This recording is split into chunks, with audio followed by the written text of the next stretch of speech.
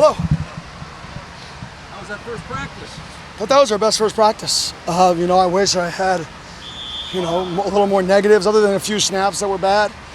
We had a couple series with 2 false starts, but it was a pretty good practice. It really was. Coach, you got the tents out there with the air coolers going for the guys. That's a big break for them. Yeah, we're trying. We had something a few years ago. We had a donor support getting these cooling systems, but for some reason we couldn't import them into the state of Arizona. I don't know all the rules, so now we did a different method to cool our guys down. Did you see the offense was maybe a little further along the defense today, or the other way around? I thought offense, some guys made really good plays. I don't know if it was further along or it was just, hey, a few guys made really good one-on-one plays there. And at the end of the day, when you play good football, it comes down to a one-on-one. And today I thought the offense made a few of those one-on-one plays a little bit more than the defense guys did. Coach, is it any different today coming into the season? Last year, no expectations. This year, a lot of expectations. You got harder on your back? Not at all. I mean, maybe, but I don't process it like that. And they were 0-0, just like every team in the country, and we're trying to be better. Some of the offensive linemen talked about getting leaner, lighter. Is that unit-wide to the ball? 100%. We recruit big. We don't recruit guys that are usually the right, perfect shape or size when we get them. We recruit guys that are too big or too small at the time, and we try to, develop them and get them to where they're supposed to be. And I think you look at a guy like Champ, who's gained 50 pounds, and Clem, who's gained 20-something pounds since they've been here. And then you look at guys like Terrell Kim, who's lost 40-something pounds since he's been here. So, you look at the balance, and I just think it's more, what do you need to do to play at your best? Bottom line. If you need to lose weight, and have a walking club like Skrilla led. If you need to gain weight, gain it. But at the end of the day, weight control is easy because you choose it. Some things are hard. Learning, that's tough. Some people, it's hard to learn. You can practice and you still forget. Being able to control what you put in the body is self-controlled. If I wanted to be skinny, I could. I obviously choose to not, right? That is a self-choice that I make every single moment that I'm about to make in 20 minutes. Coach, with so many returners coming in, you got 16 guys who played at least 6 games last year. How do you feel about those guys coming out and what they bring to the table? Yeah, I think they know what they're doing at practice. They know how to practice. We didn't have nearly as many guys on the ground, right? They know the standard, so they know when they don't hit it. Nobody's going to be perfect. Nobody's going to go out there and do everything exactly how we want it all the time. But it's that you understand that wasn't good enough, and then to respond and do it better. And I think a lot of guys understand the standard of what it takes to be successful, and they're trying to hold it. Do you feel like the way you're now communicating with Sam is different than last year? You feel like it's more collaborative now? Here's what I'm seeing, here's what you're seeing, and less like I'm coaching you to do specific things? Yeah, in a way, yes. He knows the system, right? In some ways, he may know the vernacular better than me, right? Because he's in there more than me in terms of the true vernacular of the football plays. But for me and him, it's always been communicating. What did you see? I never tell him, why didn't you throw the post? I say, what did you see? Because I want to know why he didn't throw the post. That's it. I want to know what he sees. I want to know how he sees it, because everything we do offensively should feed through how he sees the game. So I think him communicating to us like he did last year, but I think he has more confidence in that communication, and I think he has more confidence in what he likes as an alternative, so he knows what we're trying to get accomplished with a play, what other play accomplishes the same goal, and what plays he likes within that menu. You lost a number of key guys last year. How have the younger guys stepped up to fill those roles? Yeah, day one, hard to tell this early, but I'll say this, our competitive depth is the best it's been by far. If you look out there on the field, there's a lot of guys who could play special teams for us.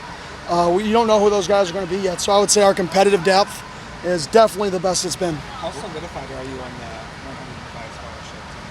Well, obviously some guys are going to continue as walk-ons. So we're solidified. We're 100% solid.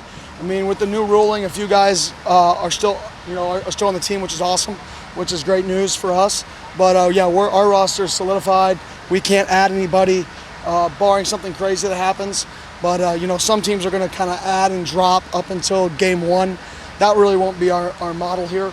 This is our football team, and we're going to build relationships and go get it. Any lessons learned? What did you see on the wide? Malik had a really good play on the back shoulder. Harry had a few good plays. Charon had a few good plays. That was a pretty good day for those guys. They won one-on-one matchups. I'm not going to sit here and talk about Jordan Tyson every day. It's just he had a great place. You can just take that clip and copy-paste it for most days. I will definitely talk about him on a day that he gets beat to continue to challenge him. You know, that's my job as a coach, is to not tell him how good he is, but to challenge him on things to get better at and to continue to push him. Were there any lessons learned from the structure of fall camp last year that you're trying to implement this year? Yeah. Notice this practice wasn't as long. So last year's fall camp was 23 and a half, 24 periods to start, which is about a 560, 570 player load. This practice was 19, so it should be in the high 400s player load. So we're trying to build like we did in spring ball instead of what we did last year in fall camp, and try to have a building model into this thing. So that was a change. Then we made a few changes to the back end of our schedule. You know, coaches and people always stay sleep, and sleep. You get to fall camp and you keep kids here until 9:30 at night, and then they have to be back up here to get treatment at 6:30 or whatever that time is. When are you gonna sleep? Nobody's going home and going immediately to bed. Like, that's not real life. Okay, so we've made the schedule so where some days they get out at 8:30, other days they get out at 7:30 if you don't get treatment. And the whole purpose of that is not to be soft. It's to say, let's get more done in the day so you guys have more time to rest and recover. And if we say we want to be a competitive football team, well, you have to prepare yourself to compete at the highest level, and that's sleep, prehab. So we're trying to give them more time for that. Coach, with that said, how important is it to come in the bubble like you did tonight? Huge, absolutely huge. You know, one thing, I don't know if people know this, but we're in the process of trying to build an indoor facility. That's our big project. We want to get it fundraised here in the next 5 months. To get a shovel in the ground here in the next 6 months. So it's here in 2 years from today, which is the goal. We want to move it over by the football field. We want to use that indoor facility for tailgating in the future. So we have an indoor tailgating location for fans to come and make it an awesome tailgate experience, like the 16th hole of the Waste Management Open. We want to create the 16th hole of the Waste Management Open, or as close as we can to it, in our indoor facility by our stadium here. And we just got to fundraise enough money to do it. So it's good for us. It'll be good for our football team.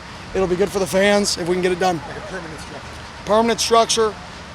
That's over by our facility, so we don't have to travel, to be more efficient with our time. And then one that can be used on game days, like I said, for an awesome tailgating experience.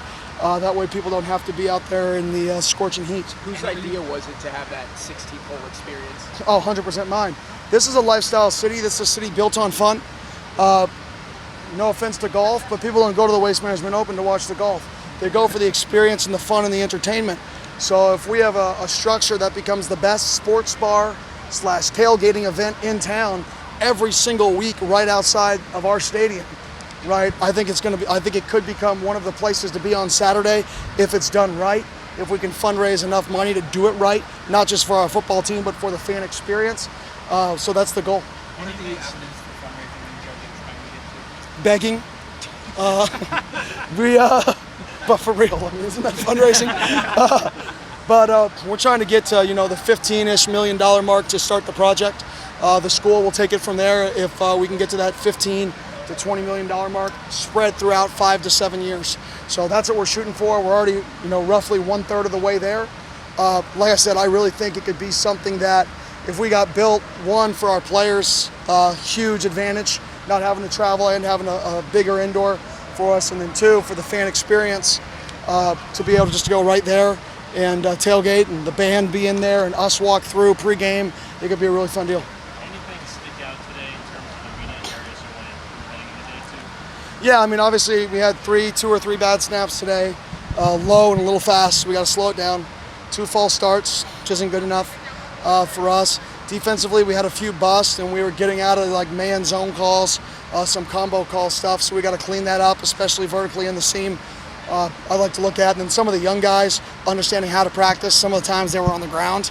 The young guys, the third group, was on the ground too much. The older guys were really good. Third guys got to learn how to practice and stay on their feet.